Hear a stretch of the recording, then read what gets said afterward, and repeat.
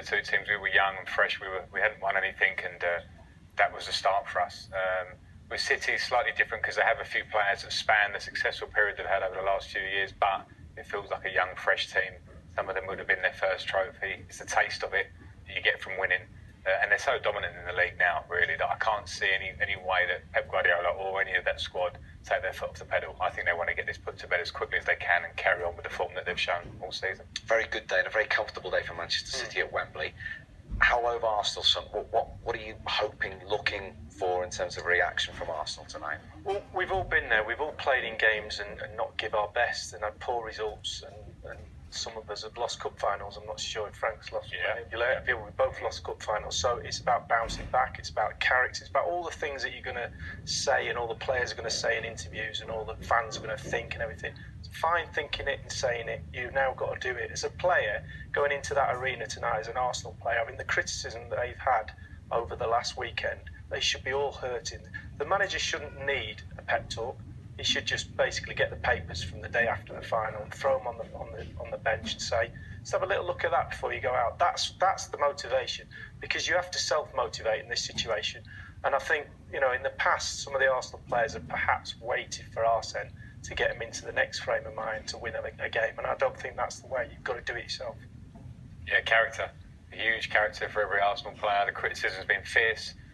Some of it, I think they were due because the performance was poor for a cup final, but some of it maybe over the answer, and that's performance. Playing at home will be tough for them tonight because the Arsenal fans will be wanting to see some questions answered. And it's character for every man. That first 5 minutes, if you lose the ball, you give it away. And the crowd are tetchy. You have to be bigger than that and stand up. And more importantly, that show that you have a desire and a passion to win tackles and fight, because that's what fans will take as a base. If I see a reaction of someone wanting to tackle, they'll accept that. And we didn't see that at Wembley, particularly in the second half. OK, well, let's find out who is playing at the Emirates tonight. Paul Bevilston is there for us. Well wrapped up, Paul, with the team news.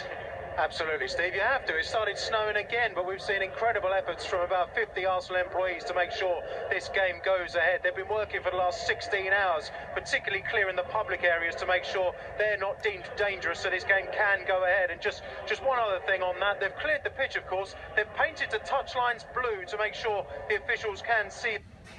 No flurry gets heavier, but as far as the team news go, it's a long time since Arsenal last played a Premier League game. About 3 weeks ago, they make 3 changes from that day against Spurs, 4 changes from the League Cup final at the weekend. There's no Nacho Monreal. We know that because of his back injury, but also Jack Wilshere misses out by what we've been told is a minor ankle knock. We think he picked that up on Sunday. We're assured it shouldn't be long term, shouldn't keep him out of the trip to Brighton on Sunday, but he'll play no part today as Arsenal, we think, will go back to a flat back four. Sead Kolasinac at left back, Xhaka, Ramsey in midfield, Danny Welbeck starting alongside Mesut Ozil, Henrik Mkhitaryan behind Pierre-Emerick Aubameyang. Now for City, they make 4 changes from their last Premier League outing, again 3 weeks ago, that big win against Leicester. Just the 2 from the weekend at Wembley, with Claudio Bravo returning to the bench in goal, Ederson coming back in, and Bernardo Silva taking the place of the injured Fernandinho. Now, there is no Raheem Sterling in the squad. He hasn't travelled. He hasn't recovered enough